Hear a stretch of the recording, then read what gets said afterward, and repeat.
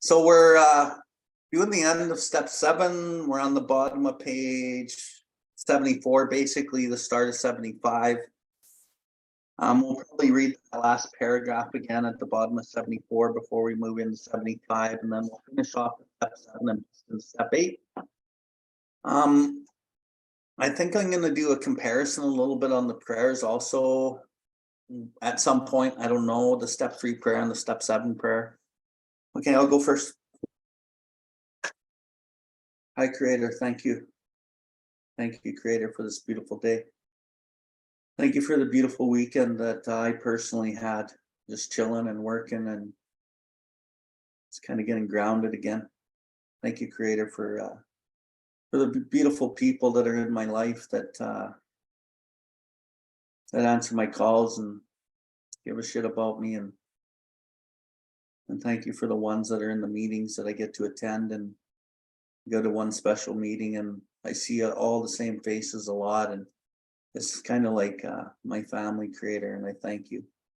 Thank you for my kids, my ex-wife, my girlfriend, her kids, and just everything. I'm just really grateful today.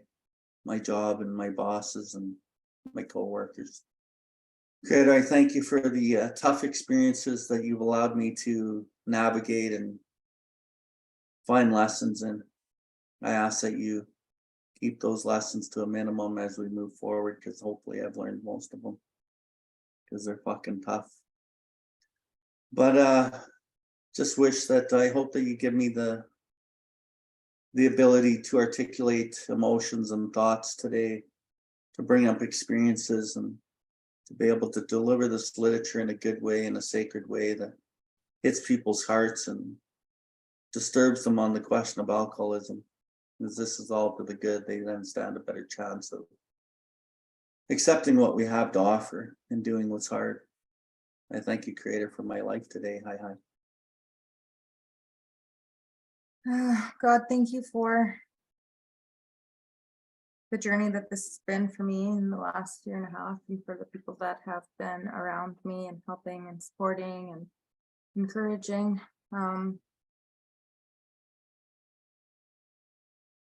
Oh, thank you that I can just like sit back and like actually reflect and be able to see things like that. That's a gift. And it's pretty amazing to look back and, you know, I really noticed today that so much has gone on and so much goes on before addiction, like through my life. And when I look back, it looks overwhelming. And I think, how did I get by? How did I get through this? And how did I get to this place? And then I know the miracle of what we're doing here and the things that go on, you know, through you, through us, and together. Because I definitely couldn't have done it alone, and I think I couldn't do it again, but I know that I could. You know, if I keep doing this stuff when times get tough, I think I can keep going, and I don't have that fear of trying to live a life on my own, because I don't have to be alone and I don't have to rely on my own power, because that runs out. Thank you for being in the story, and thank you for being in the details. Amen. Okay, let's rock and roll. Okay, so just kind of recap. So, you know, we spent a good 4 weeks on step 6, and we're talking about the 2 bottom levels of humility. Humiliation and humbling through pain, right? And I would like you to like really think about how the ego gets humiliated and what it takes for it to get humiliated, and not in the sense where it's like a detrimental term where it hurts your feelings. A factual term where we have to maybe acknowledge something, or maybe we act out in a certain way, and then we're humbled and we're humiliated because it goes against, you know, maybe what we thought we were, or maybe we make ourselves look like a fool amongst our fellows, or maybe it's a deep acknowledgement of something that you thought you had kind of already passed by, or that you were further than you were. Right? So don't think of humiliation as a bad thing, right? And then the humbled through pain is like, you know, as we think about the step 3 where it talks about building with me, doing with me as thou wilt, taking away the difficulties as victory over these things may bear witness. We're kind of talking about like not doing what we've always done and trying something different, and letting go of those like ego relieving behaviors is really hard to do. And like I've said it before on the study, it's very counterculture. It goes against what many other people around us are doing. But we could easily go back and do those things. And if we do what's easy, we're acting out in self, and it'll make our life fucking hard.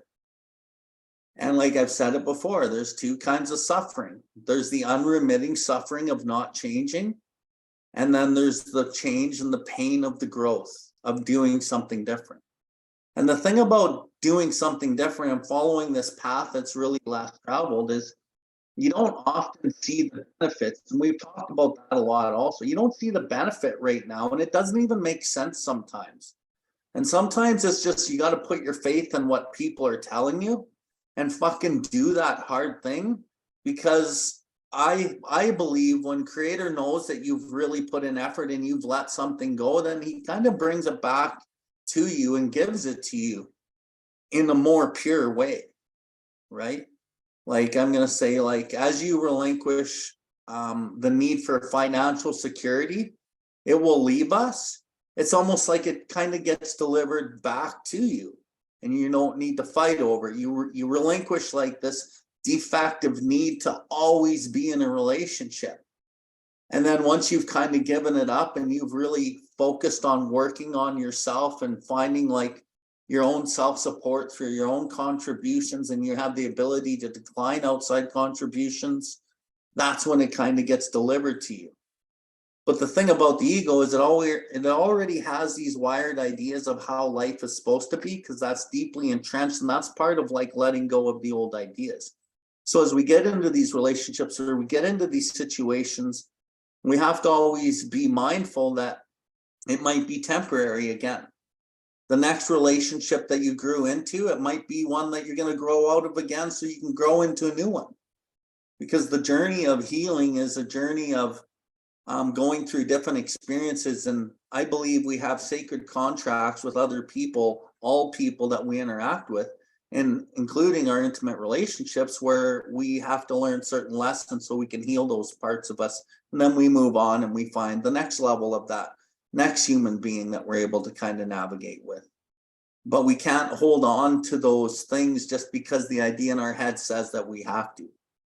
We have to let go and let God somehow, some way. And that sounds easy to do, but letting go and letting God is not easy to do. And then when we kind of get over that hump, we're at step 7, humility. And we read it a couple pages back. The basic ingredient of all humility, the desire to seek and do God's will. That's the definition of humility that we have, that we go for. And as we work all this like hard step 6 work, it's going to be worked in your step 10, and we'll really highlight when we get there. When you're working step 10, it's like almost exclusively step 6.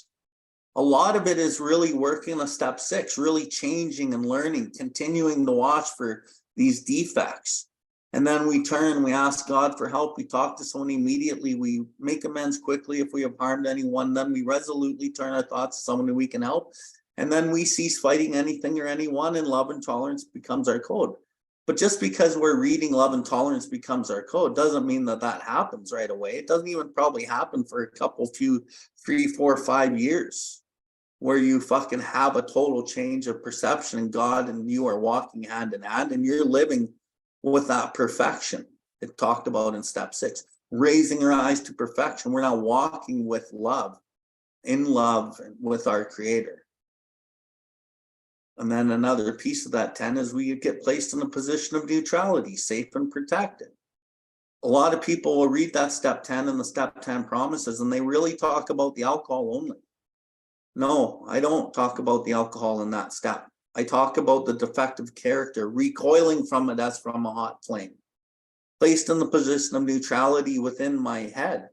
My judgment of other people is like way less and it's gone in some cases. My desire for like lust is like way lowered or it's gone in some cases. My desire to like, you know, be cash register dishonest or whatever the case is like gone. Like these things go away and we don't have the turmoil anymore. And this has happened automatically, it says.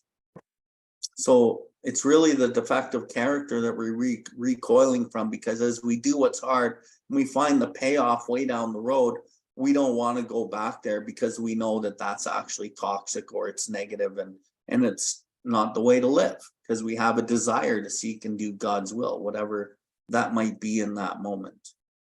So before we get going, you want to add anything? No. Okay. That was a good little summary. Do you want me to read and then you can just pinch my arm? No. Stop, pinch my arm.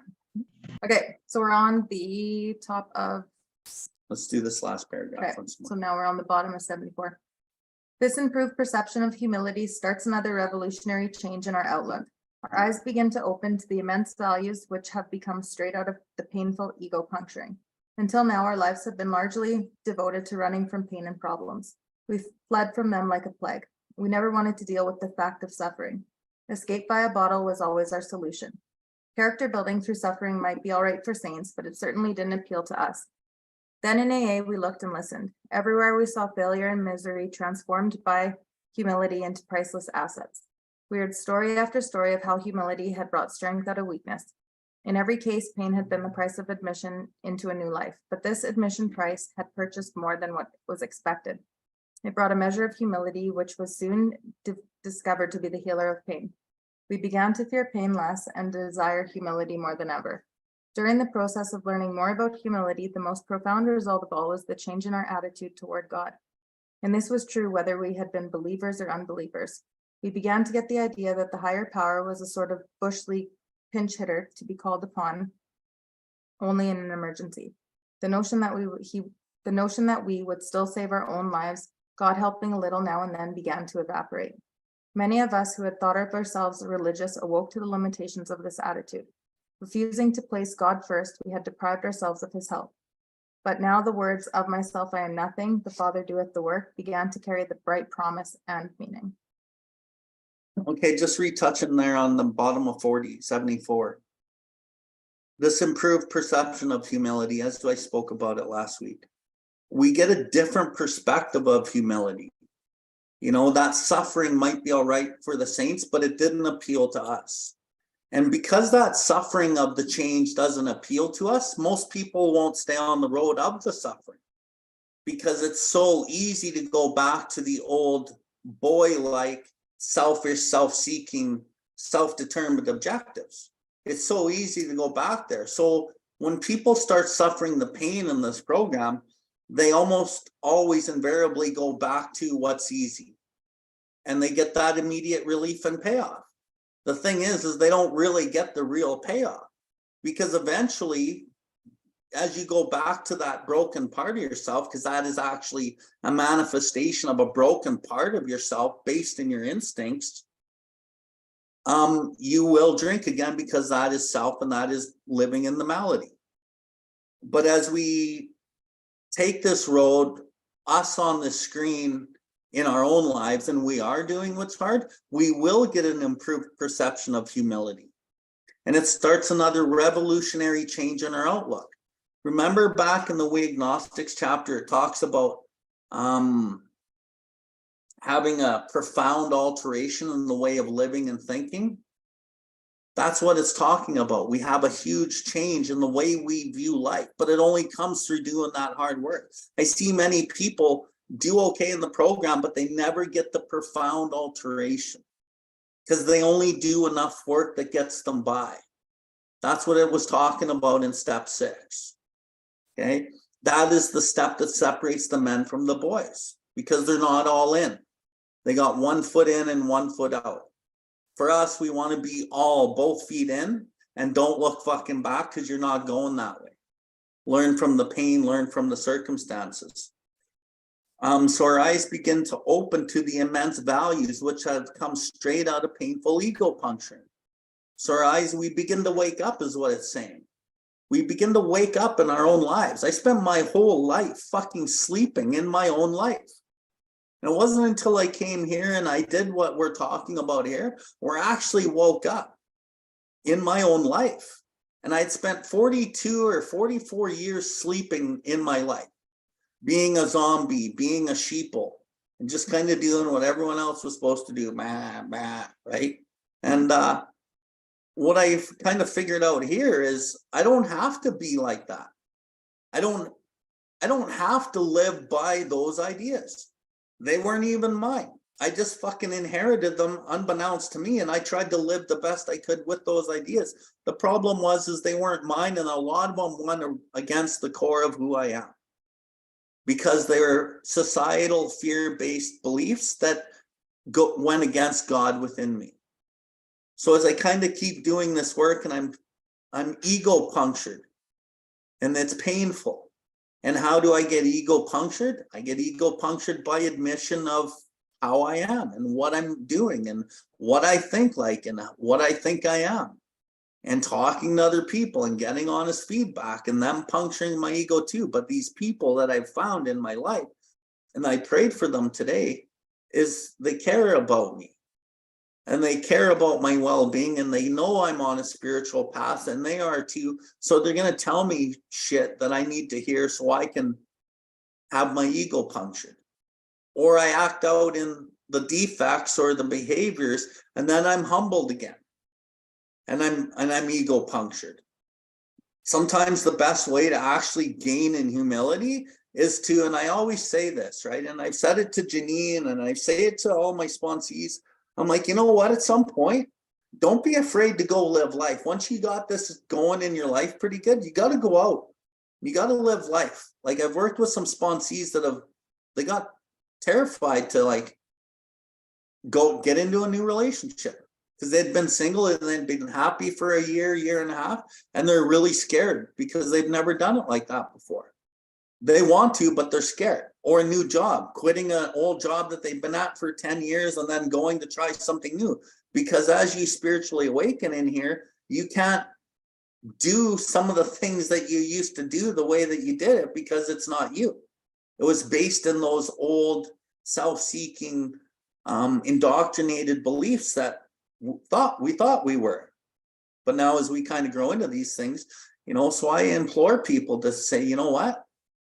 Do you trust God has your fucking back? Well, you got to go out and live, and you got to experience. Go on that date, go on that date. Go see what it's like. And oftentimes they'll come back and go, I didn't fucking like that. Because it was the old systems that were driving the date to begin with, and maybe the looks and some of the shit that's not character. And then they get out there and they're like, I couldn't do it like that. Or whatever the case may be. Or they got to quit their job because they're selling their soul for that job. And I've seen many people do this one, and it's a marriage that they've come in where, let's say, the woman had forced the husband into the program, and then the husband did the steps. He got spiritually awoken by a really good sponsor and through the literature and connected to their God. And he outgrew the consciousness of his partner to the point where they were incompatible. And because the initial partner who pushed the guy in there, she doesn't really understand what we're talking about. Because when you're at a lower level of consciousness, you can't really fully comprehend what an upper level of consciousness is like. You can think you can, but it's an experience, right? God's an experience. So until now, our lives have been devoted to running from pain and problems. Character building through suffering might be all right for the saints, but it certainly didn't appeal to us. Well, it does appeal to us, and it will appeal to you. And it kind of talks about it in this next paragraph. This is one of my favorite paragraphs in this step. Then in AA or CA or whatever, we looked, we listened. Everywhere we saw what? Failure, humility, and misery, humility, transformed by step 6, humility, into priceless assets. We heard story after story of how humility had brought strength out of weakness. In every case, pain had been the price of admission into a new life. So the admission price into this new life is fucking pain. And as we kind of look at our fellowship and the people in our lives and meetings, we hear story after story how pain had brought, this new life. And that's kind of how it works when you're really doing it. But we also see a lot of people that get up to the podium, it's just pain, suffering, pain, suffering, pain, suffering, because they haven't heard this message that you guys are hearing today. So they think that they're doing what it is, what the program asks, but they're not. And that's okay. The book Seed of the Soul taught me that it's okay, that everyone's on their own journey and not everyone's going to wake up in this world, and that's totally fine. So what it does for me is, I maybe used to judge those people, is I understand that they're just on their own path at their own time, and that's fucking totally okay too. Right? But this admission price had purchased more than we expected. So that pain and suffering that we go through, the humiliation, we don't know what it's actually purchasing for us. It doesn't even seem like it's purchasing anything. It seems like, why the fuck am I doing this stuff like this? Why am I not getting into these relationships? Why am I turning down the big money jobs? Why am I being nice to this guy who keeps ridiculing me? Why don't I stick up for myself to the guy who's judging me and the chicks who are talking shit? Why? But it's purchasing something more than we ever expected. It brought a measure of humility, which we soon discovered to be the healer of pain. If you can have one promise in this book, and this is a step 7 promise of, it's basically a step 6 promise. If you do step 6 and you get to step 7, you can have the healing of pain. And you will begin to fear the pain less and desire humility more than ever. So to the point that I'm at today, I don't fear the pain. I don't always like the pain, but I know there's always another level up there. There's always a lesson. There's always a lesson of healing. And when we really think about, back here where it talks about we could actually have earnest religious beliefs which remain barren because we are still trying to play God ourselves. As long as we place self-reliance first, a genuine reliance upon a higher power was out of the question. So is God everything? We do the steps and we get to a certain point, and we can all probably attest to this, that I want God to be everything. Well, is God fucking everything? We always think that God is only the good. And we think that God's will is what we think is good for us. But what about what you think is bad for you? When you think about what judgments you have that need to be gone, what about the judgments that you think are good for you? Those things can be just as debilitating to your spiritual connection with God as the things that you think are bad. The only difference is you think they're good for you. And we got to really explore those. So as we begin to fear the pain less and desire humility more than ever, there's no good or no bad, because there's just as much God's will in the bad. And almost more than what's good, I find my path through what's bad. I will almost always find my next path and my next chapter in my life through what seems to be bad. So there's more God's will to me in what seems bad. But the things that we encounter in our lives that seem bad, we're going to fight. Like, I'm going to use my friend Janine for an example. When she had to leave, when her kid's dad was, wanting to take her to court and all these kinds of things, and it was really bad. But she learned some really serious lessons and really tried to lean on God. And I always say, when the fucking foundation of your life is being shaken, you will run to God. And if you're awake enough, you'll find out that he's the one doing the shaking, because he's trying to get you to do something different. So before I go, you want anything? Maybe should. Go for it. Yeah, go for it. Yeah, I was thinking about what you were just saying, the court stuff, and I didn't really understand step 7 when that was going on. That was when I first moved here. And just recently I read step 7 with a sponsee, and we went and I just was reading it, and I got emotional when I hit this part, because it meant something different now. And the way that this read to me, that paragraph that Bill was just talking about with how we look and listen. And that was how it was for me, where I, like step 6, I could see the list when I was finished, and I could look around my life and it was in shambles, and I could see the list in shambles of my life. And I knew I didn't want that. And so my motivation to turn my defects around was the pain. But Bill, like I had met Bill, and so he was kind of what I looked at. I was so cautious of what I was looking at and taking in early recovery. If it wasn't out of the book, I couldn't, it was so confusing to me. And 6 and 7 was a big confusing point where I had to be careful, because it is only 2 paragraphs, and it's interpreted in a lot of different ways in the meetings.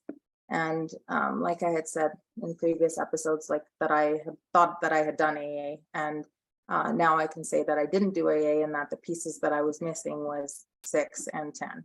And even though I had done amends to the best that I could, and a lot of good changes came from that, and even though I had good strong prayer and meditation, and I tried to be helpful, and even though I did things to the best that I could figure out, I could never figure out 6 and 7. And it wasn't until I met Bill.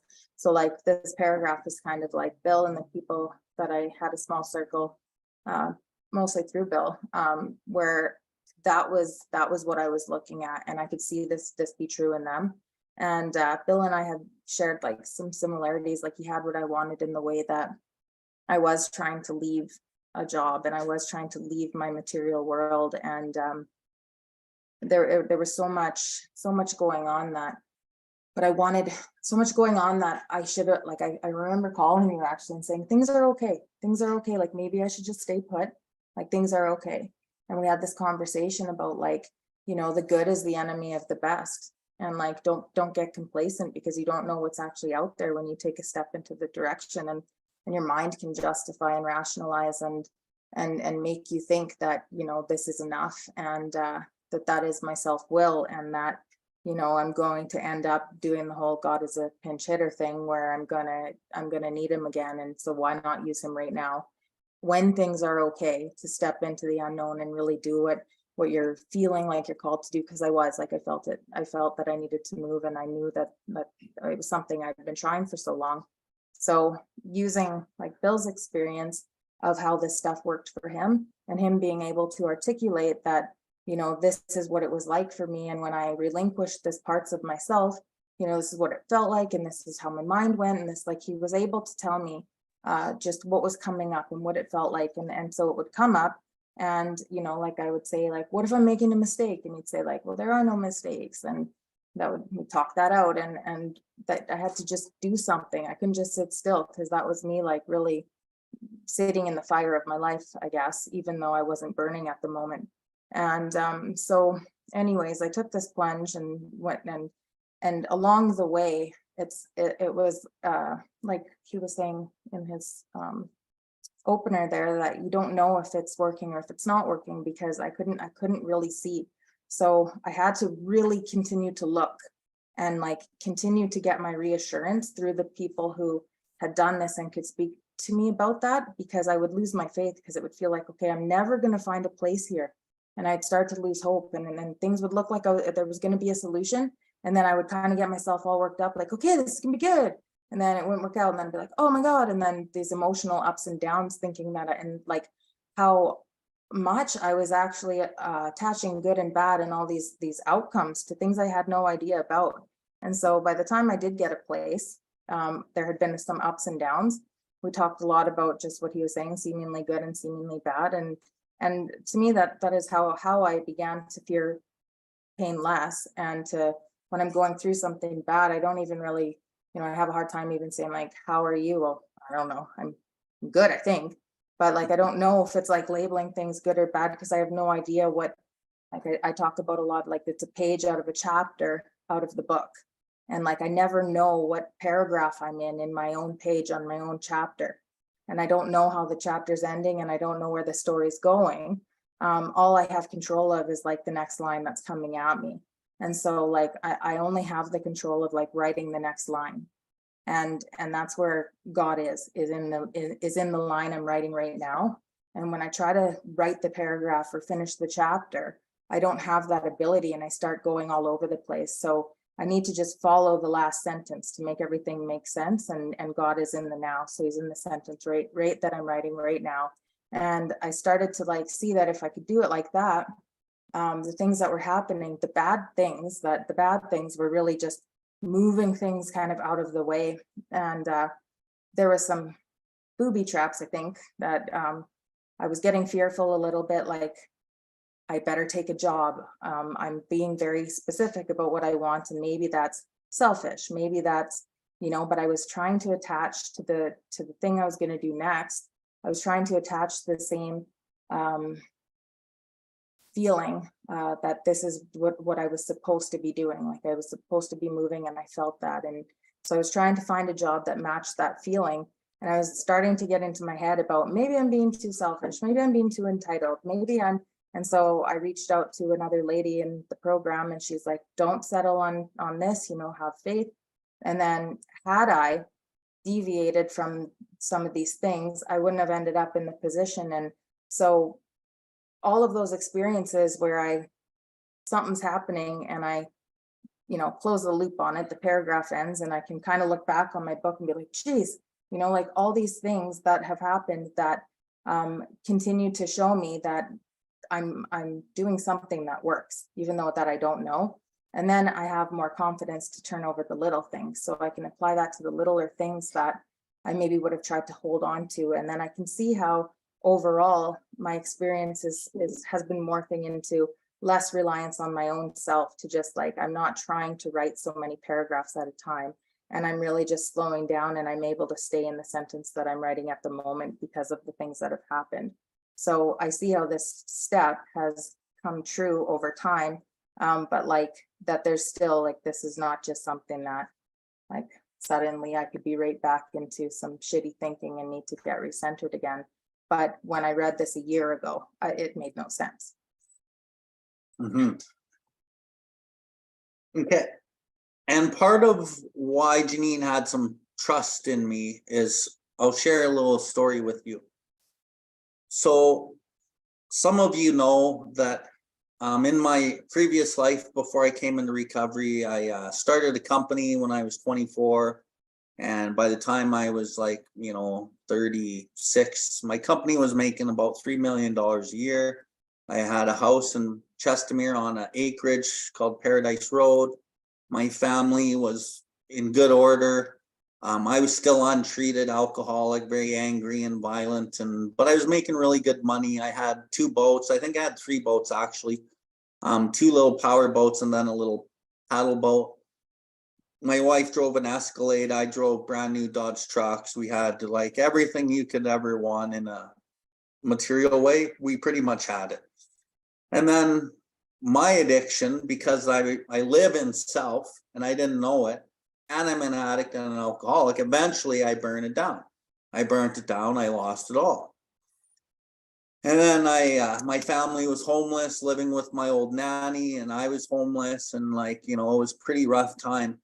But there's a line in the We Agnostics chapter that says, in the face of collapse and despair, in the face of total failure of your human resources, this is where you find a new power, peace, sense of happiness, and direction flow into you.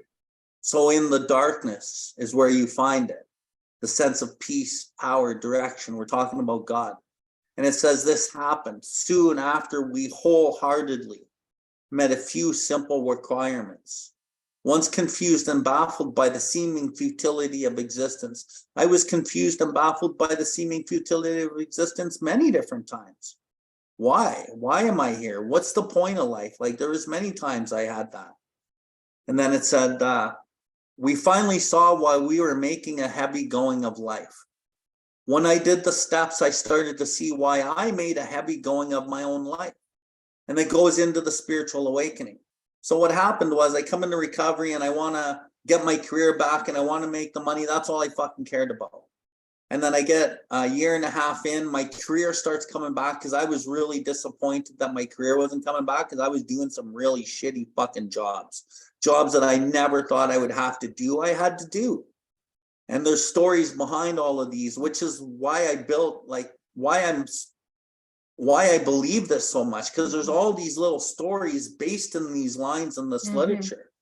And then I finally got my career, and I was making 80,000, then it was 130,000, and then I got poached to make be a CEO of a little corporation in Calgary that was becoming really big, and the opportunities were grand. And I'm sitting at my desk fucking one day, and I realized I didn't want to do this anymore. I had sponsored so many guys, and I had sought so much God in my life. I got to the point where I didn't want to fucking do my career anymore. And then I was really fucked, because I'm like, you got what you wanted, bro. Now what are you going to do? So I was so confused.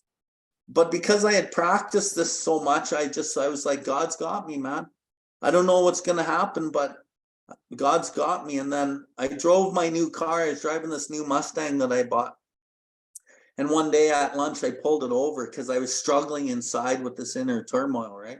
And I prayed to my grandma, who was my higher power, and I asked her, I said, Grandma, I know that you want me to help people, and I want to help people, but I'm too afraid that I'm not going to have money, and I don't know what to do. And then she talked to me, and she said to me, Billy, it doesn't matter if you have money. That's what you do. You go help people. And then I knew, and there was no more fucking around in my mind. I made the decision right there because my God told me to do it. And it was like my grandma was speaking like right to me. And I quit my career. I gave notice and I quit my career. And then I spent the next number of months on EI praying and meditating. And then I never have done my career again. And I've never been without anything. And I've made good money, and I've made good friends, and I'm building a platform. I have my website. I'm building my social media because I have a dream, and I have this thing inside me that God says, this is what you go do. So I go do it, right? And that's how I met, like, I'm just going to, where's Julie? Like, that's how I met Julie, right? And that's how I met Janine and Audrey and Alex, right? Alex reached out to me, and she was from Manitoba. Julie reached out to me from BC. And I have people reach out to me from all over the world because this is my fucking passion. And that's my trust in God. I know he's going to take me and he's going to supply me with the jobs. He's going to supply me with my intimate partner, with everything I fucking need somehow, some way, and he has. Right? So that takes us into this next line. This process of learning more about humility. It's a process. It's a trust. It's going through the hard shit. It's not selling yourself out for a relationship. It's fucking making that decision and leaving the relationship. It's making the decision that I made in leaving my career and going into the fucking unknown. And the unknown today is where the adventure is. Because now it's just, life's just an adventure because I don't know where the fuck I'm going or what I'm doing. But I know I'm going to be okay. So that during this process of learning more about humility, the most profound result of all was what? The change in our attitude towards God. Because God now becomes the attitude. And this was true whether we had been believers or unbelievers. We begin to get over the idea that the higher power was sort of a bush league pinch hitter. So he's not just, God is sometimes something. God is all times everything. He's the seemingly good and the seemingly bad. And like I said, I think there's more God in the bad often than there is in the good. To be called upon only in emergency, the notion that we would still live our own lives, God helping a little now and then, begin to evaporate. This is it right here. Many of us who thought ourselves religious awoke to the limitations of this attitude. Refusing to place God first, we deprived ourselves of his help. Underline that. Because when you refuse to place God first, you actually deprive yourself of his help. Now the words of myself, I am nothing, the Father doeth the work, began to carry bright promise and meaning. I want to tell a story. Go for it. So it's about that phone call we had. So Bill was talking about the court stuff, and I'd just gotten up here, and like I wasn't able to see my son because his dad had him, and we were waiting till court, and I was really like getting into all the solutions that I could think that I could have and how it wasn't fair and the justified self-pity and all these things, right? But that was a really special time for me, because for my recovery and for like how this literature came alive for me, because I couldn't rely on anybody to fix it. And conversations weren't even helpful, because there was nothing I could do but wait for court. I'd done everything properly that I could see. And I like shit was out of my hands to the degree that I just had to sit there and wait for court and then let things go as they would, right? So I had nobody, like no human power could have helped me there. And so like Bill was saying, where situations drive you to God like that. And that was like literally all I had that was comfortable and comforting, was to sit by myself and pray and like listen to music. And like I was by myself for a couple of days, I think. And he phoned. I answered the phone, and then I was just going on about court and this and that. And he said, "How are you?" And I thought that I was doing okay. But I started talking, and then he listened for a while, and then he kind of cut me off and said, like, you need to stop fucking around in fear and self-pity. And I didn't realize that I was in this self-pity. And so he brought that to my attention, and which led to this conversation about, maybe God's plan is not that you have your son. And I had a moment where I was offended. Like, what do you mean? Like, that's just such a horrible thing to say. How could you, but I didn't say anything, and I just knew he was right, because it was like, maybe that is not God's plan. Maybe my plan would be that I don't have my son full time, and that I do see him on visits, and then I'm doing something else. But in that moment, I realized, like, if that was God's plan, I would be okay. And if that was God's plan, God wasn't going to leave me in a worse state. I wasn't going to have my son removed and then be miserable and isolated and purposeless. But if it didn't go down the way that it was, that I thought that I wanted it to be, that I was going to be okay. And I suddenly had this like faith that, I don't need to worry about it. And so I spent the next 2 days before court, like there's 2 more days I waited, and I was just more peaceful. And by the time I actually got to court, I had accepted, like my prayer was now, thank you for the outcome, whatever it is, thank you for the outcome. And so that time in my place alone, just kind of me and God, and then conversations with Bill there, it really was a pivotal turning point for me. Like when I realized, like me of my own plans, I don't need to worry about it. And that God had something, he has a design and a plan for my life. And like this is saying here, like if I start thinking I know, and like that's a pretty good like red herring, like I want my son, and if I'm fighting for that, perhaps I'm missing what should be. So it turned out that I do have my son, and we have shared custody, and things are good now. But if that wasn't the case, I believed in that moment that God had a plan and a design, and my faith changed. And I saw what that meant, that, like the minute I'm messing up and I'm forcing solutions, I'm missing out on what should be written if I just got out of the way. And although it seems like I'm getting what I wanted, I never know what I should have had in God's world. And what I'll add to her story is that when I said, well, maybe God's plan isn't that you have your kid. And what I meant in that moment was, maybe you need more fucking humility. Maybe you need the groveling despair, humility. Maybe you need to learn something about the fucking pain to be more grateful or whatever, right? And through that conversation and whatever else happened, she had a small or a big alteration in the way that she saw things. And she went to court, and she was willing to not have her kid, right? And that's what I say about, she had the internal shift of like, okay, it's up to God now. I've let it go. She wasn't grasping onto that sand and it was going through her fingers. She was like, okay, I'm going to fucking see what turns out here. And because she let it go, she actually got what she wanted, because she learned the lesson in that moment. And that's what I mean about learning our lessons in the deep subconscious, not intellectually. And then God kind of gives you what it is that you actually wanted anyway. And oftentimes it doesn't even look like how we thought it would when he gives us what we want. But in this case, it did. Okay. So. Read. Yeah. We saw that we needn't always be Bludgeoned. yeah, and beaten into humility. It could come as much from our voluntary reaching for it as it could unremittent suffering.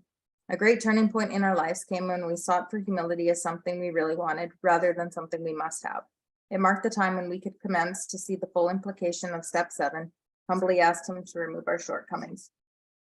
As we approach the actual taking of step 7, it might be well if AAs inquire more than just what our deeper objectives are. Each of us would like to live at peace with himself and with his fellows. We would like to be assured that the grace of God can do for us what we cannot do for ourselves. We have seen that character defects based upon short-sighted or unworthy desires are the obstacles that block our path toward these objectives. We now see clearly that we have been making unreasonable demands upon ourselves, upon others, and upon God. The chief activator in our defects has been our self-centered fear, primarily fear that we would lose something we already possessed, or we would fail to get something that we demanded. Living upon a basis of unselfish demands, we see we were in a state of continual disturbance and frustration. Therefore, no peace was to be had unless we could find a means of reducing these demands. The difference between a demand and a simple request is plain to anyone. The 7th step is where we make the change in our attitude, which permits us, with the humility as our guide, to move out of ourselves towards others and towards God. The whole emphasis of step 7 is on humility. It really is saying that we now ought to be willing to try humility as seeking the removal of our other shortcomings, just as we did when we admitted we were powerless over alcohol and came to believe that a power greater than ourselves could restore us to sanity.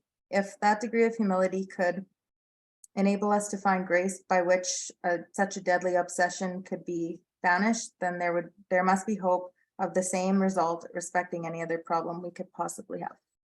Okay, going back to the bottom of 75. We saw we needn't be bludgeoned and beaten into humility. We don't need to have the club of humiliation and pain to always push humility. It comes down the road though. At first, yeah, we do. It can come quite as much from our voluntary reaching for it as it can come from unremitting suffering. But you got to go through the levels first, and then it kind of turns that way. And then it talks about it here, a great turning point in our lives. So this hump, or this turning point, when we go from the 2 lower levels of humility to like a step 7 type of humility, that's the great turning point in our lives, came when we sought humility as something we really wanted, rather than something we must have. It marked the time we could commence to see the full implication of step 7. Humbly asked him to remove our shortcomings. And as we're at that spot, I want you to quickly flip, if you have your book, to We Agnostics' very last page, just for a second.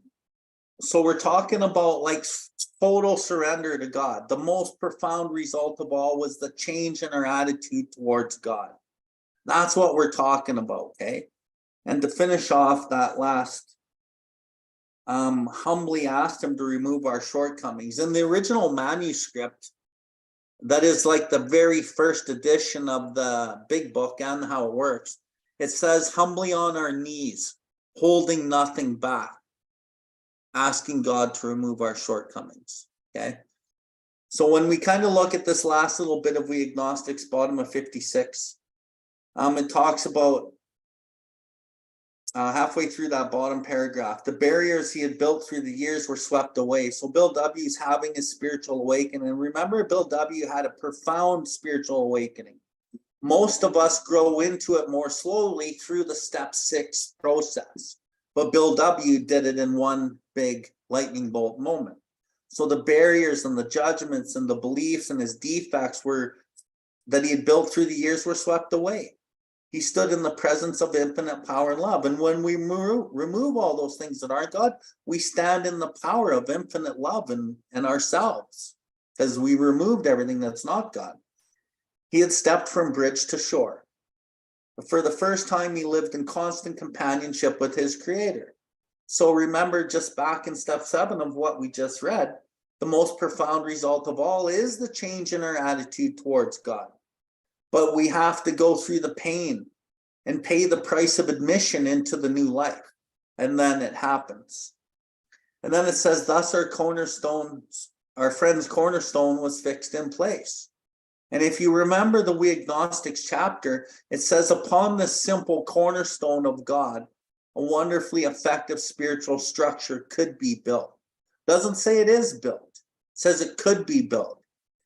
And Bill W. has it built here now. Why? Because he took God and he's turned his will and his life over to it. So he fixes the cornerstone of step 2 in place with turning it over in his step 3, but it's actually worked in the step 6 theory, okay, of really trying hard without reservation, with willingness and honesty on all his faults, without reservation. And then it goes on to say, no later vicissitude had shaken it. Vicissitude means life's happenings. Nothing in life shook that connection, that profound connection that he has now. His alcoholic problem was taken away that very night years ago. So the first problem we come in here with the drink, it's fucking taken away. Why? Because when you learn how to actually turn it over, not theoretically and in your mind, like for real through practical application. Except for a few brief moments of temptation, the thought of drink is never returned. At such times, a great revulsion has risen up in him, recoiling as from a hot flame. Seemingly, he could not drink, even if he would, it says. Even if he wanted to, he couldn't drink. God has restored his sanity. The sanity that God's actually restored here is he's turned his will and his life over. And the insanity is me running my life.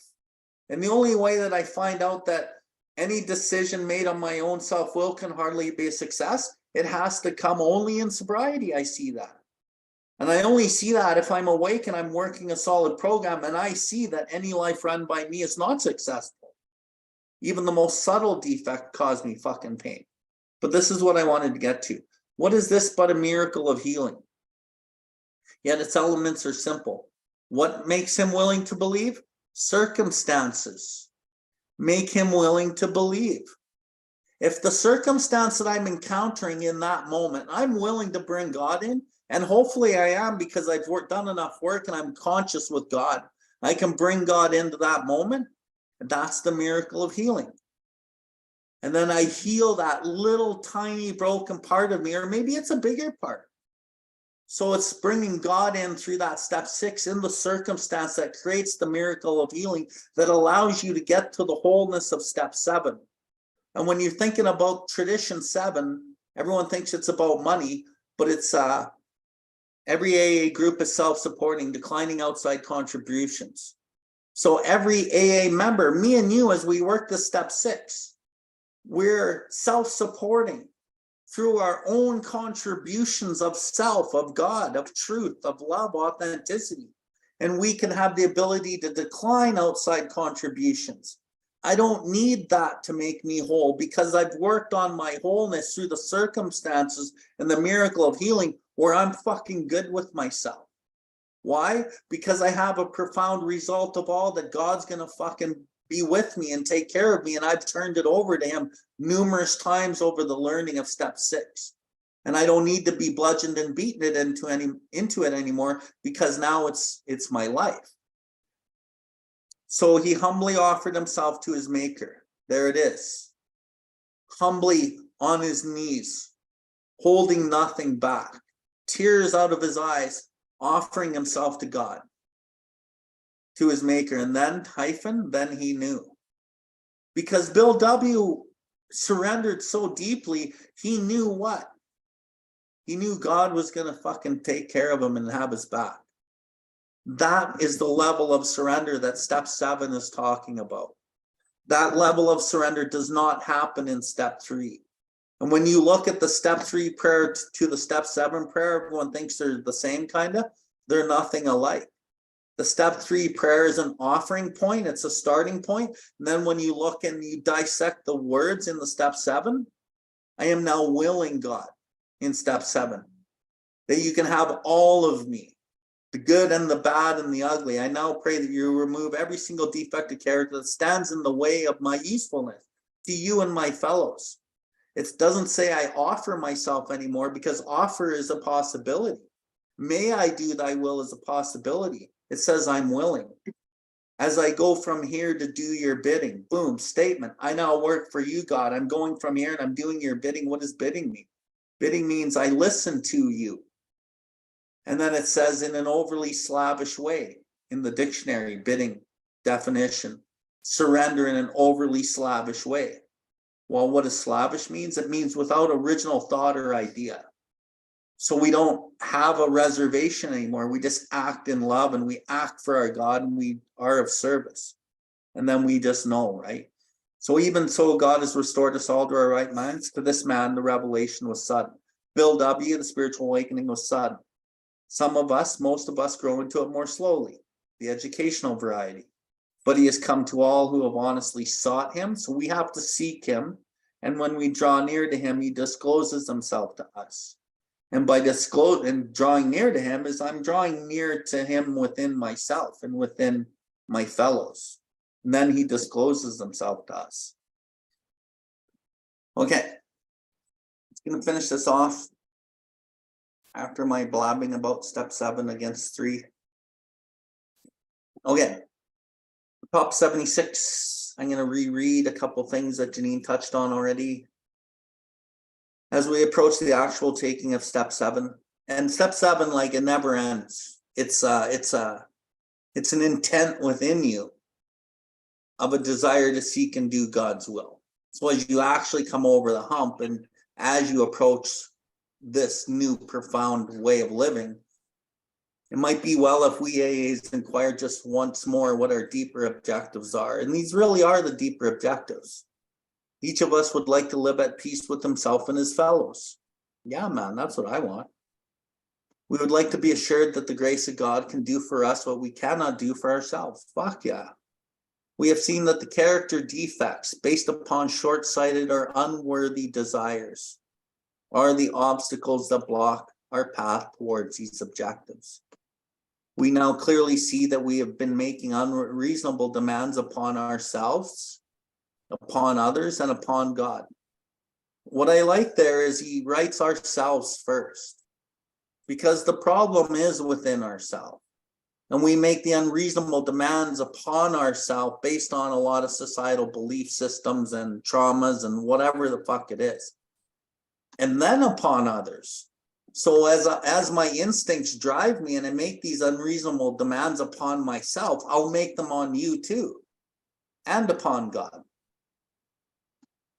But the chief activator of the defects has been self-centered fear. So every single defect or thing that we struggle with in life, you can always boil it down to a self-centered fear.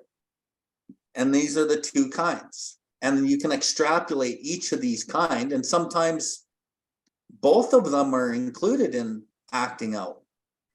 Primarily fear that we will lose something that we already possessed, or fail to get something that we demanded. And usually we're trying to get something to fill the instinct, something to fucking fill that void within us somehow, some way.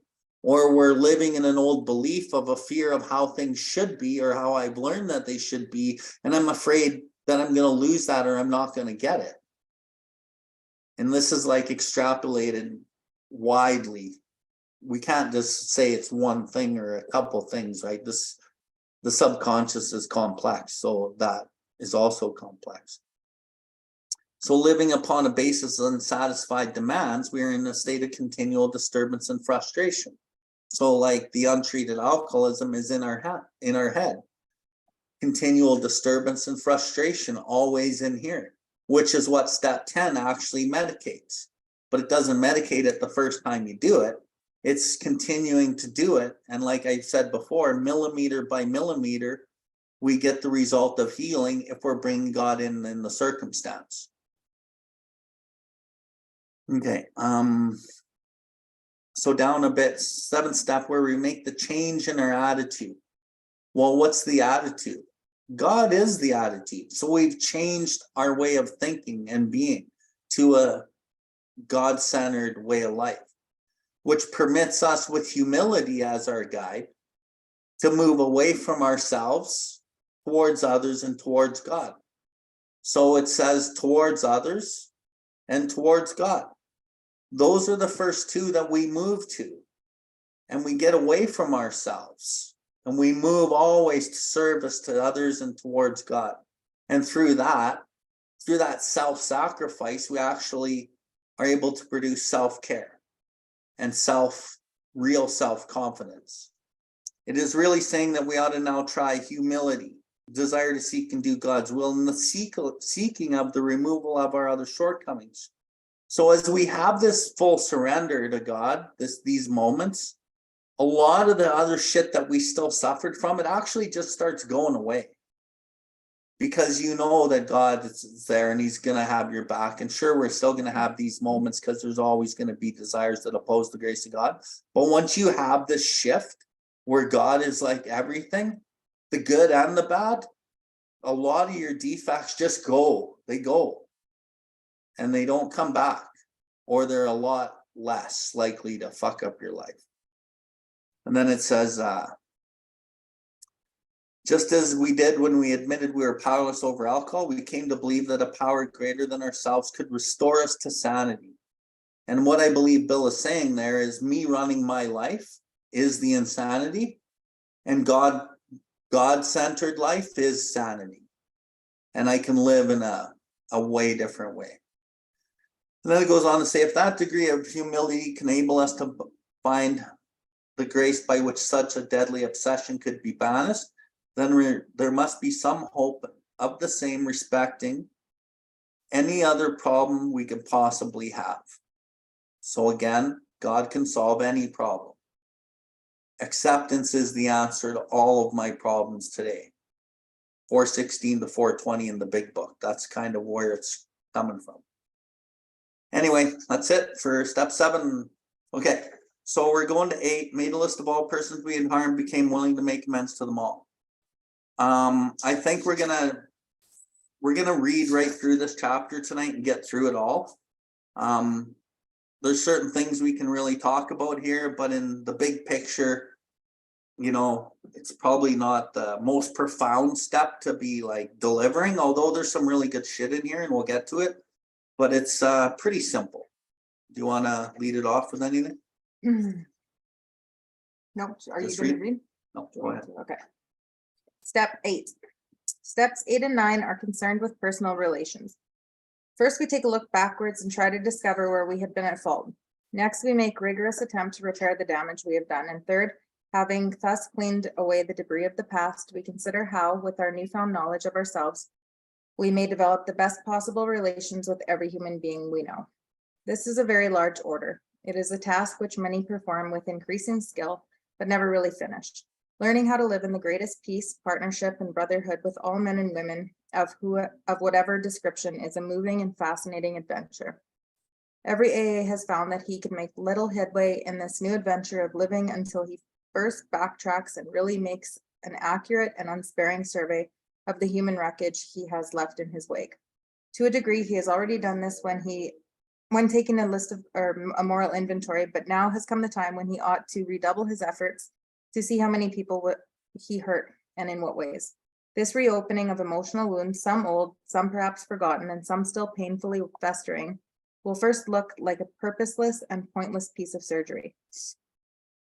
But if a willing start is made, then the great advantages of doing this will so quickly reveal themselves that the pain will be lessened as one obstacle after another melts away. These obstacles, however, are very real. The first and one of the most is difficult has to do with forgiveness.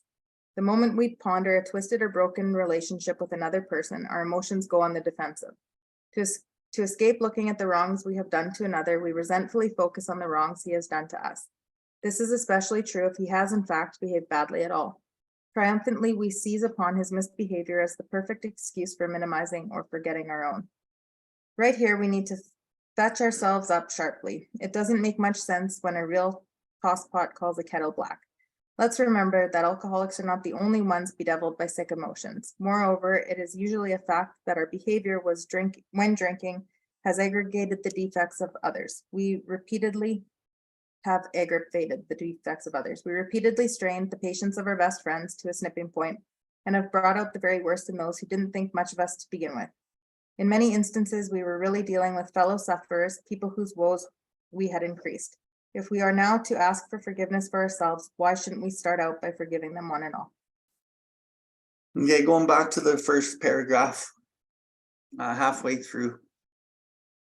Maybe not halfway through. Steps 8 and 9. So we're talking about 2 steps. And when you look at the step 8 literature, it always talks about steps 8 and 9.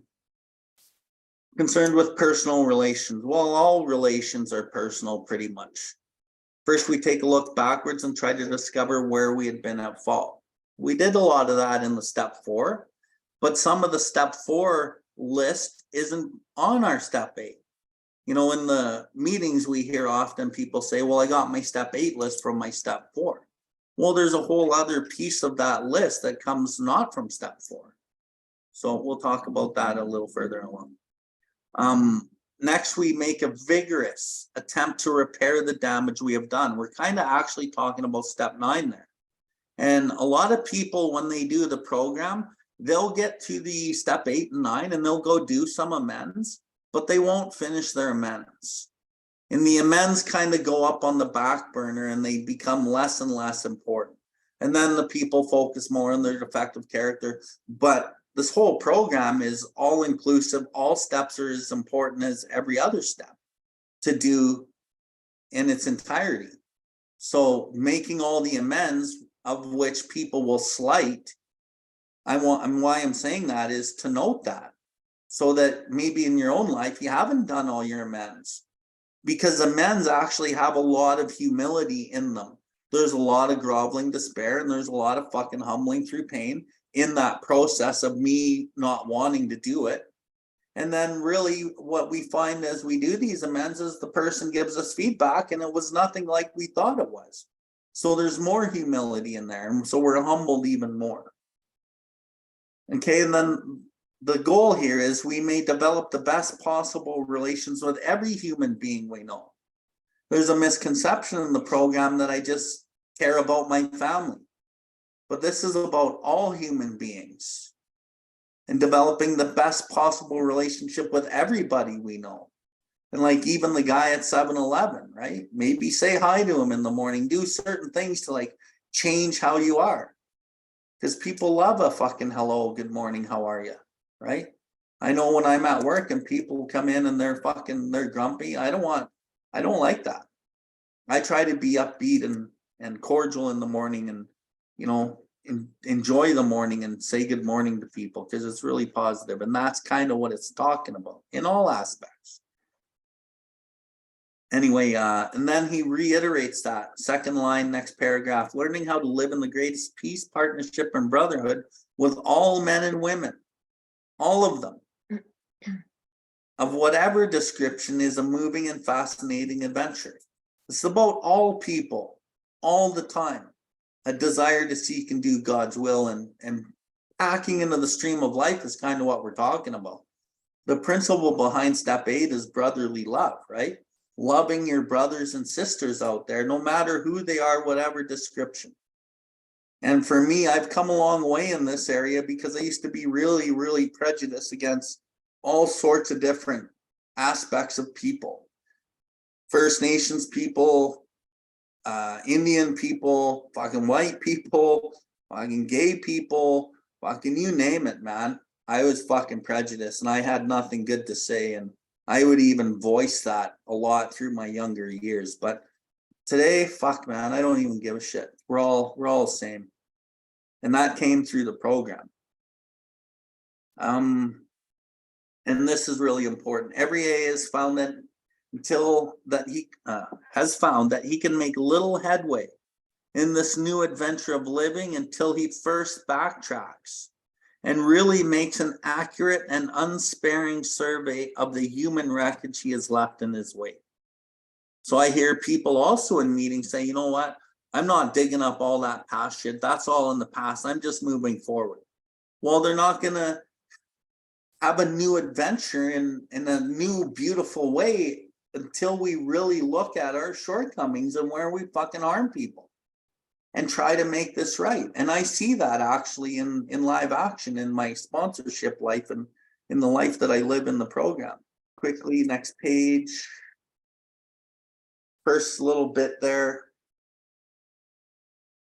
The pain will be lessened as one object after another melts away.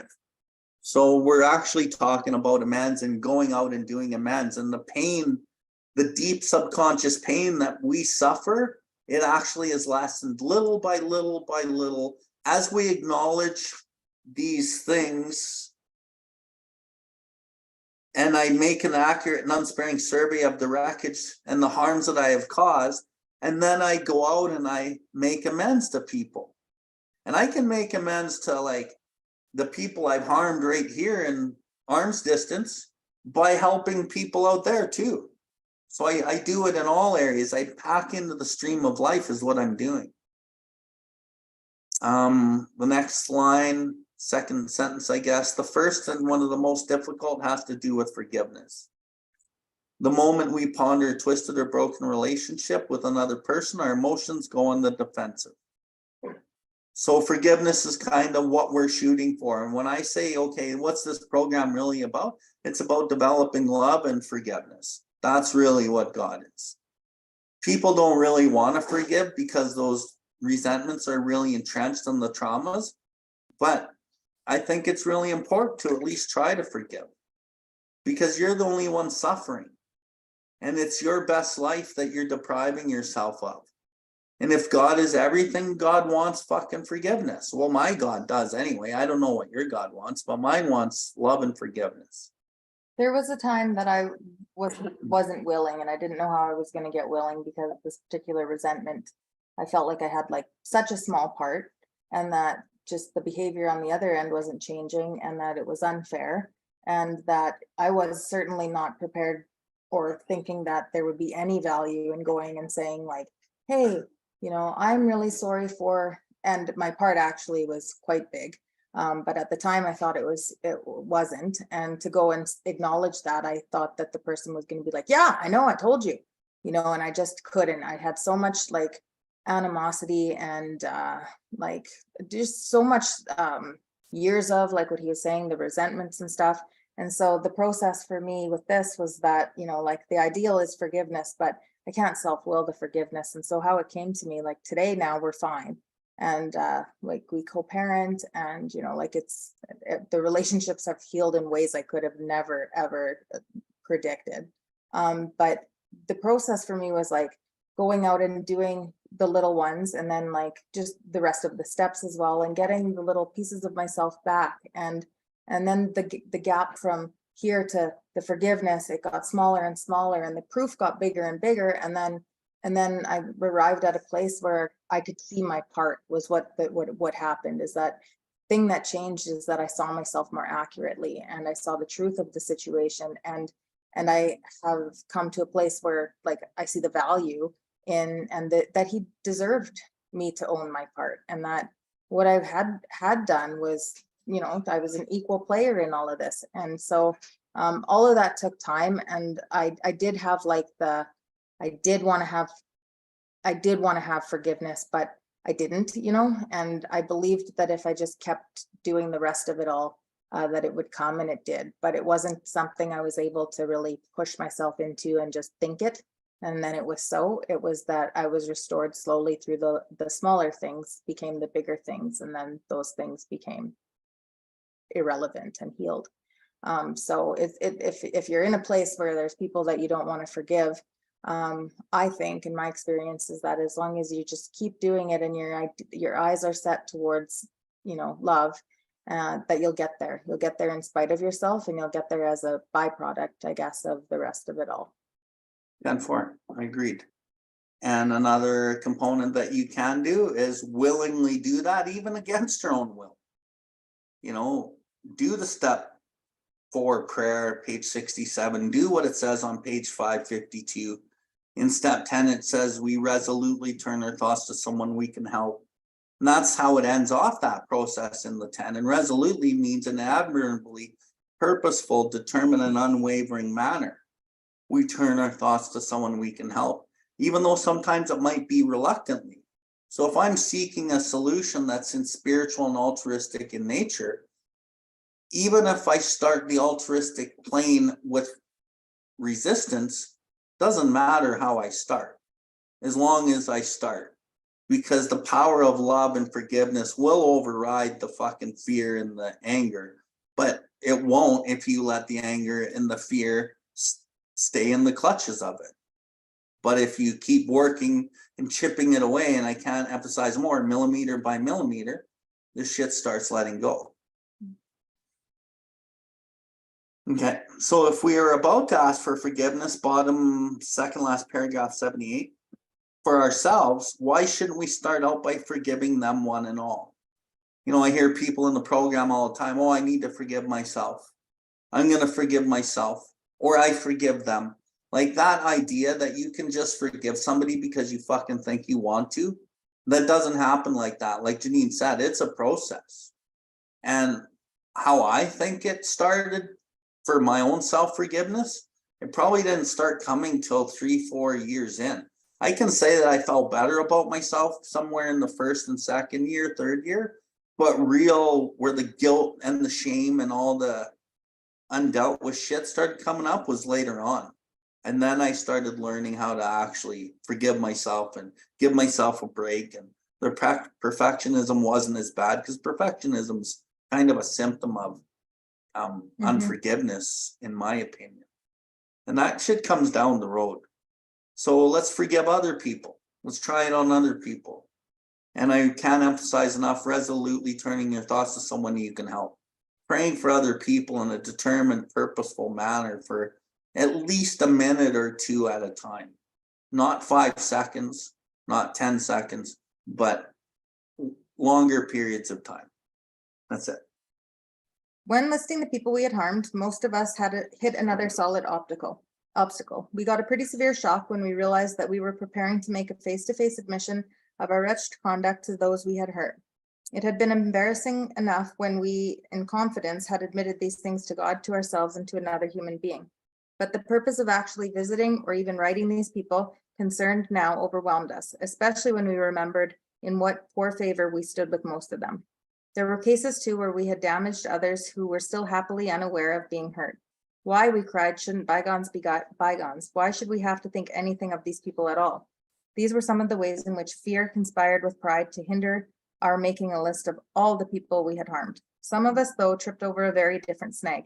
We clung to the claim that when we were drinking, we never hurt anybody but ourselves. Our families didn't suffer because we always paid the bills and we seldom drank at home. Our business associates didn't suffer because we were usually on the job. Our reputations hadn't suffered because we were certain few knew of our drinking. Those who did would sometimes assure us that after all, a lively bender was only a good man's fault. What real harm, therefore, had we done? No more surely than we could easily mend with a few casual apologies. This attitude, of course, is the end result of a purposeful forgetting. It is an attitude which can only be changed by a deep and honest search of our motives and actions.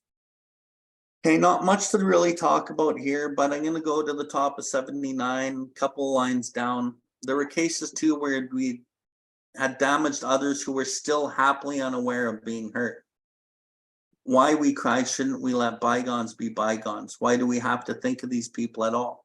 So we may not go make an amend to somebody who doesn't know they were harmed, but like it says earlier, we have to backtrack and make an accurate and unsparing survey of the human wreckage that we left in our wake. Where did we cause harm? That's the fucking goal here. So even though you might not have to make an actual amend, it's still good to see where you harmed them. And here's the thing that people do that is totally out to lunch, and it's happened to me a few times. I'm going to say, because I'm a loud guy and I'm very forceful and whatever in the program, I've had people really seriously resent me and think a lot of negative shit about me. And then after they got to know me, they realized I'm actually a pretty fucking good guy. And then they've come and made an amend to me. Said, you know what, I really blah, blah, blah, I owe you an amend for this, and that. And I'm like, you didn't owe me a fucking amend. You never harmed me. But you do now. But now you do owe me an amend, because you're actually inciting fear, bitterness, suspicion, whatever. So you don't go make an amend just because you think something.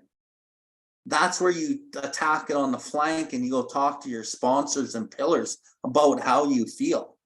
But there's no amend there. And you got to be careful, because if you go make an amend out of that deep-rooted guilt, then you'll owe an amend, because you made the mistake of voicing it to the person and they didn't deserve to even hear it. So that's one thing to be careful of. I think too, like when I've thought that it was no big deal, or that I didn't think I had harmed them or whatever, like my subconscious knows. And so I've noticed that there's been people that come up and I'm like, oh, there they are, and then I'm not set free of the past. I'm not like, I'm doing myself I'm ripping myself off, because when I can go and face my past and face what I've done to a person, and like really just in the spirit of brotherly love and whatever, like you don't hear of these things going wrong very often. Like when they're done right, I don't hear of them going wrong. And then I believe that, that's God moving through us. This is where we feel the power of God, and we see these things go down in ways that we, like never thought were coming, that they were gonna, turn us away, or they were gonna say these things, and none of it goes down like that. And I wouldn't do that if someone I had a feeling a certain way about came to me and offered their, apologies. I would never, I'd be really gracious. So why wouldn't the other person? So I caught on kind of quickly, going back to my small town and stuff. It's like, I might think that I didn't harm them, but my subconscious knows better. And I can tell when I pass somebody in a grocery store, the gross feeling that I get, and that I don't want to make eye contact. And that is not free. That's not like happy, joyous free. That's like, I'm still having to turn my eyes down in sobriety, because I don't want to face what I've done. And then I feel like I'm in the territory of like breadcrumb sobriety. Mm-hmm. Okay. First paragraph, end of that first paragraph on 79. These were some of the ways in which fear conspired with pride to hinder our making of a list of all people we have harmed. So as we're making this list, maybe in your first set of steps, you're going to come up with your list, and maybe there's people you think about that don't make the list. Maybe it's fear conspiring with pride to hinder the making of putting these people on that list. And that's totally fine. The thing that will happen as you grow in your recovery and you really seek a desire to seek and do God's will, these names are going to pop into your mind, and you're going to run into these people at the grocery store or whatever, and you're going to have a chance to put them on your list or make that amendment at that moment. So the important thing is to not worry too much about it on your first round. And as the years go on, you will develop a capacity to have intuitive thoughts of people you have harmed based on different situations. Why? Because you have a desire to seek and do God's will, and God knows that you want to heal, and he's going to bring these things to the surface when they need to be brought up. One of the examples, I was back in my hometown and I needed to get a little tattoo corrected, and I phoned the studio, and it's this tattoo artist, and I was like, oh my God, got the feeling. And I was like, oh. And then I like remembered suddenly that this night, and I was like yelling, and it was like probably, close to 20 years ago. And so it was bothering me, and I called him back, and I booked the appointment, and I'm like, hey, this is who this is. This is like, I kind of described the event and how I would know, and he was friends with my brother. And he was like, oh, hey, he's like, yeah, come on into the appointment, bring coolers. I was like, oh no, I don't drink anymore. And I went to the appointment and just had a really awesome talk about recovery, and like, and I was leaving, and he said, thanks so much for coming. And he was just so grateful. And he said, you changed my mind about some things. We talked about a bit about AA and what the experience was. So it was an opportunity to not only like set myself free from that gross feeling, but to carry the message to, people who potentially are still suffering. And so it turned out to be a really good experience. And that was one where I'm like, oof, the subconscious is going to let me know anyways. And 4. Okay. Let's keep going. Mm-hmm. So this next paragraph, the 2 next paragraphs are really deep. They kind of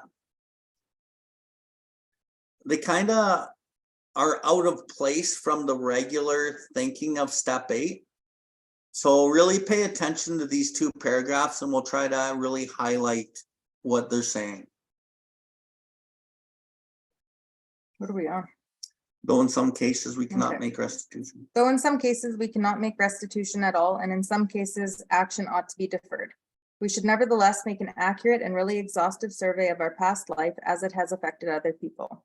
In many instances, we shall find that though no harm was done, others has not been great, the emotional harm we have done to ourselves has.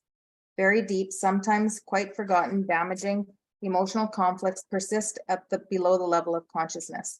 At the time of these occurrences, they may actually have given our emotions violent twists, which we have since discolored our personalities and altered our lives for the worse. While the purpose of making restitution to others is paramount, it is equally necessary that we extricate from an examination of our personal relations every bit of information about ourselves and our fundamental difficulties that we can. Since defective relations with other human beings have nearly always been the immediate cause of our woes, including our alcoholism, no field of investigation could yield more satisfying and valuable results than this one. Calm, thoughtful reflection upon personal relations can deepen our insight. We can go far beyond these things which have superficially wronged with us to see the flaws which were basic, flaws which sometimes were responsible for a whole pattern of our lives. Thoroughness, we have found, will pay, and will pay handsomely. Okay, so back to bottom 79. Though in some cases we cannot make restitution at all. So I'm not able to make an amend.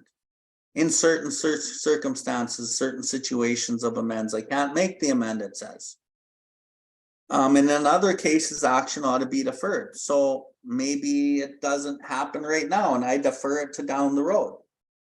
Or maybe I don't even do the amend that I think I need to do and I defer it into another way of making the amend, i.e. a letter, i.e. a donation to an organization of maybe women that I heard, or a group of people that I really ridiculed my whole life. Like, there's ways that we can defer these, and that's always at the directive of the sponsor, okay?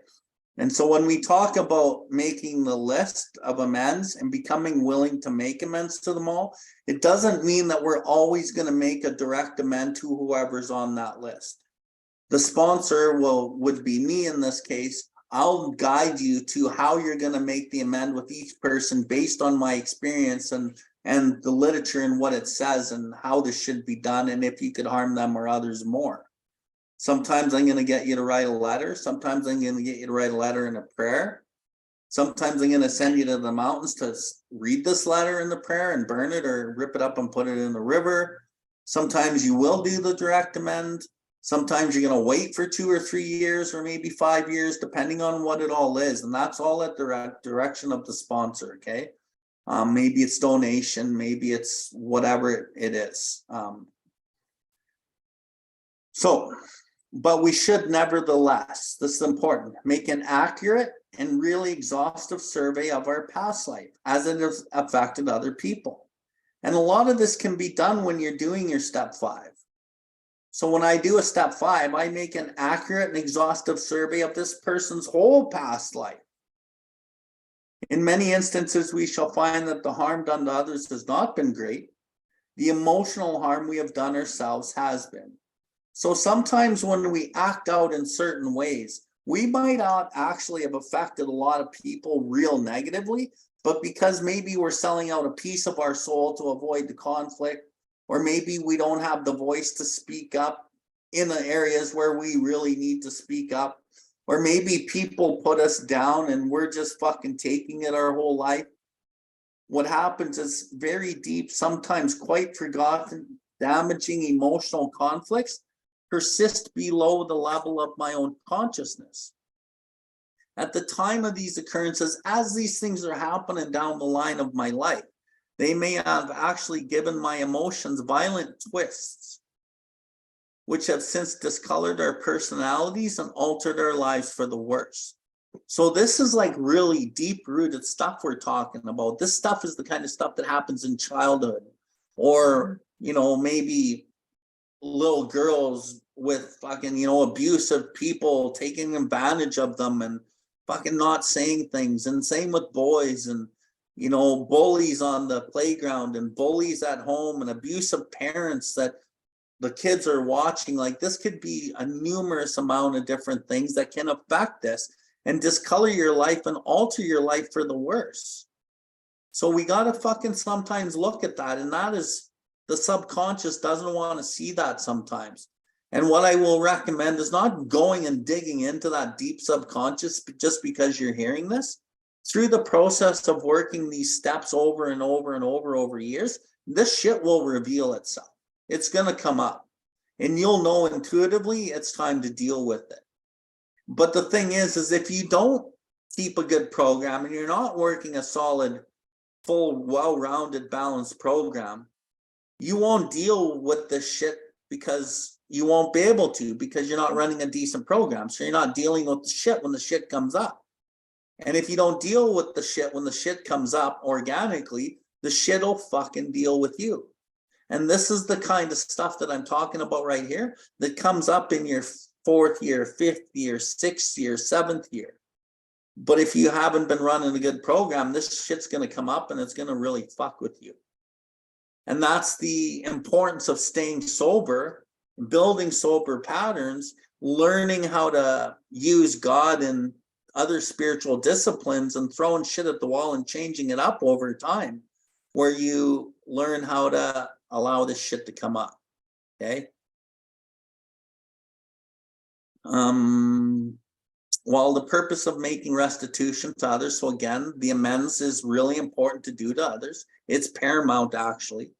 It is equally necessary that we extricate from an examination of our personal relations every bit of information about ourselves and our fundamental difficulties that we can. So, okay, the process of making restitution and amends to others is paramount.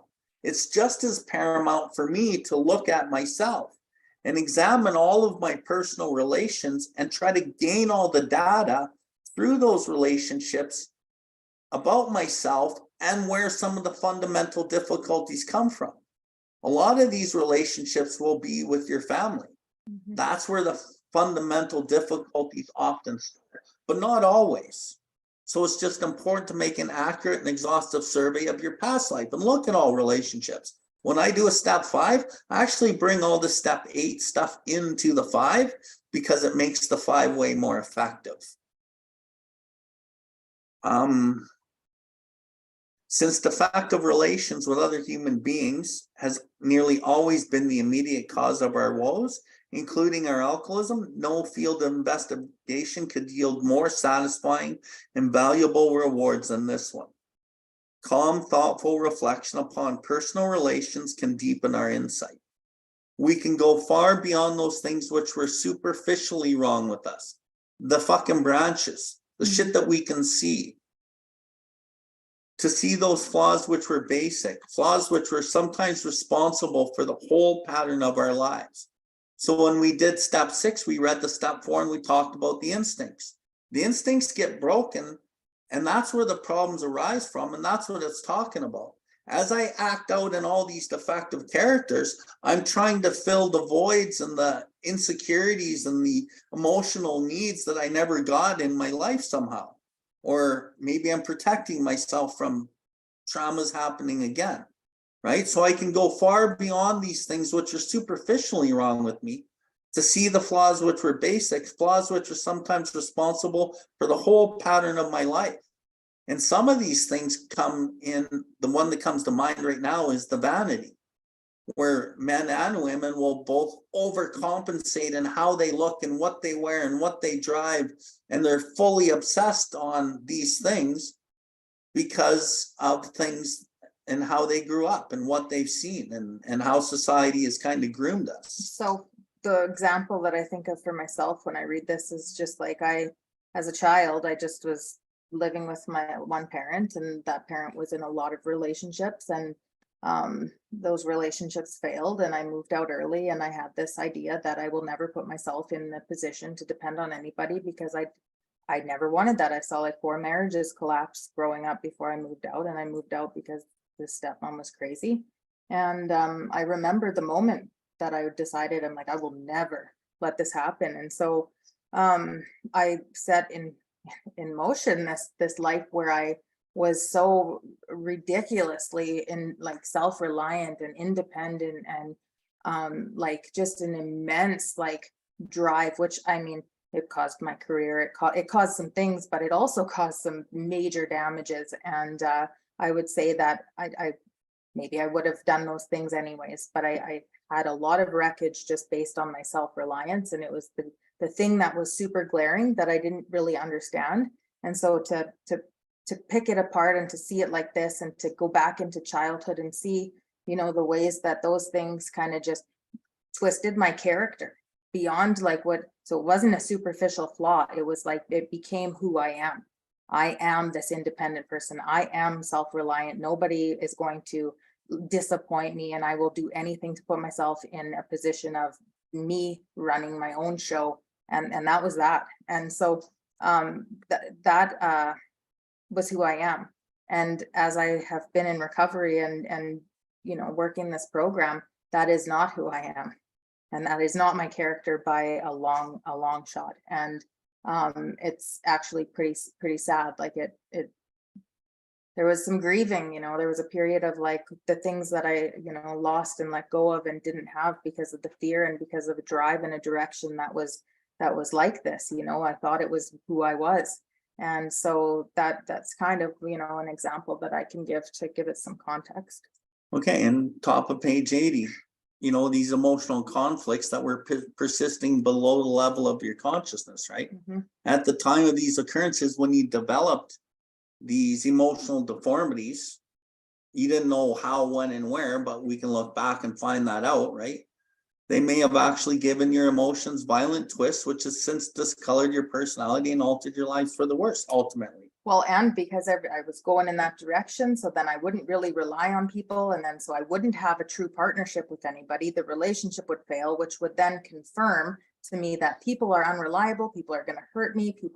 Then I go out and be more independent, try to get into relationship because my character isn't, I am supposed to be alone in isolation in my life. That is not who God intended me to be. So I keep pushing that, trying to get into a relationship because that's my God-given instinct. That relationship fails, perpetuate, and it just it becomes me and my character and what I know. And so it's so deep. So if we were to go back and ask you if you thought these were like really good ideas for your future, you would be standing firm and like, this is a great part of my personality. I was proud of it for a long time. Right. Yeah. So when I said earlier, like looking at the things that we think are good for us and how much they can block God too, like that's a perfect example. And we have those even still today, even with our recovery. Yeah. Right. But that's kind of like a perfect example of what I was talking about. Okay. Thoroughness we found and will pay and pay handsomely. And the thoroughness will pay and it will pay handsomely, but it's fucking painful. Again, right? Pain is there again. More humility and more growth. So let's just take it right to the end. We might next ask ourselves what we mean when we say that we have harmed other people. What kinds of harm do people do to one another anyway? To define the word harmed in a practical way, we might call it the result of instincts in collision, which cause physical, mental, emotional, and spiritual damage to people. If our tempers are consistently bad, we arouse anger in others. If we lie or we cheat, we deprive others not only of their worldly goods, but of their emotional security and their peace of mind. We really issue them an invitation to become contemptuous and vengeful. If our sex conduct is selfish, we may exhale jealousy, misery, and a strong desire to retaliate in kind. Such gross misbehavior is not by any means the full catalog of the harms we do. Let us think of some of the subtler ones which can be quite as damaging. Suppose that in our family lives we happen to live or to be miserably, irresponsible, callous, or cold. Suppose that we are irritable, critical, impatient, and humorless. Suppose we lavish attention upon one member of the family and neglect the other. What happens when we try to dominate the whole family, either by rule of iron or by a constant outpouring of minute decisions for just how their lives should be, lived from 1 hour to the hour? What happens when we wallow in depression and self-pity oozing from every pore and inflict that upon those about us? Such a roster of harms done to others, the kind that make daily living with us as practicing alcoholics difficult and often unbearable, could be extended almost indefinitely. When we take such a personality traits as those into shop, office, and society of our fellows, they can damage almost every as extensive as that we has caused at home. Having carefully surveyed this whole area of human relations and having decided exactly what personality traits have in us injured and disturbed others, we can now commence to ransack memory for the people whom we have had offense. To put a finger on those nearby and most deeply damaged ones shouldn't be hard to do. Then, as year by year we walk back through our lives as far as our memory will reach, we are bound to construct a long list of people who we have to some extent or another been affected. We should, of course, ponder and weigh each instance carefully. We shall want to hold ourselves, of course, admitting to the things we have done, meanwhile forgiving the wrongs done to us, real or fancied. We should avoid extreme judgment, both of ourselves and of others involved. We must not exaggerate our defects or theirs. A quiet, objective view will be our steadfast aim. Whenever our pencil falters, we can fortify and cheer ourselves by remembering what AA experience in this step has meant to others. It is the beginning of the end of isolation from our fellows and from God. Okay, so bottom of 80, halfway through that bottom paragraph, to define the word harm. This is important in a practical way. We might call it the result of instincts in collision, which cause 4 different kinds: physical, mental, emotional, and spiritual damage to people. When you think of the person on your step 8 list, you got to think of those 4 aspects. You know, a lot of times we'll just think of like how we hurt them physically or maybe a little bit mentally. But the emotional conflict could be very deep, and maybe we hurt them spiritually also. So again, over on this other page, it says ponder and weigh each instance carefully. That's really an important sentence. To ponder and weigh each relationship as you walk back through your life, and try to look at, let's say it's my mom. I'm going to remember my mom. I'm going to go back to like when I was a kid, and I'm going to remember, and I'm going to ponder and weigh each instance of my memories carefully to see how I hurt her emotionally, mentally, physically, and spiritually. And fuck, I did a lot of harm to my mom right from when I was a fucking kid. And if I really think about some of those things that I did, and I can look at some of like my anger issues later, I can see reasons why I became angry later. So those other paragraphs that we were talking about with the deeper shit in it, those things kind of come to fruition as we're pondering and weighing these instances carefully. And I can see things that I never would have seen because I'm working with God here. And I have, you know, a willingness to explore myself. Although me admitting some of these things that I might have done or the harms I caused, it's very humiliating to me now as I have a bit of character. And I have to go and go, holy fuck, I was a real piece of shit to my mom or whatever. Right? And sometimes we don't even want to admit some of the shit that we have done. But it's important that we do so that we can be free of it. Okay, next page 81. I'm not going to go through these, but it's a really good idea that you go through this whole big paragraph and really look at your life and see which ones fit you, right? Like one that fit me was a rule of an iron by constant outpouring of minute by minute directions of how their life should be lived hour to hour. I did that with my kids to some degree, a large degree, and to my ex-wife, right? And there's a couple of them here that really kind of I can relate to, and I can probably expand, and a couple little writings on a piece of paper can probably spiderweb into a whole bunch of shit. And if I do that properly, I can probably get down more to the root of it and fucking free myself some more. And so I'll finish with this on the bottom paragraph. To put a finger on the nearby and most deeply damaged one shouldn't be too hard to do. Then as year by year, we walk back through our lives as far as memory will reach. That's important. Sitting down, walking back through your life as far as memory will reach, remembering each person on your journey on that list, trying to ponder and weigh each instant carefully. We shall be bound to construct a long list of people to some extent or another have been affected. We should, of course, ponder and weigh each instance carefully. And then on the last page, We should avoid extreme judgments of both ourselves, because we can go into like a rabbit hole of guilt and shame and self right there on the spot, or of others into resentment. We must not exaggerate our defects or theirs. A quiet, objective view will be the steadfast aim. And that's it.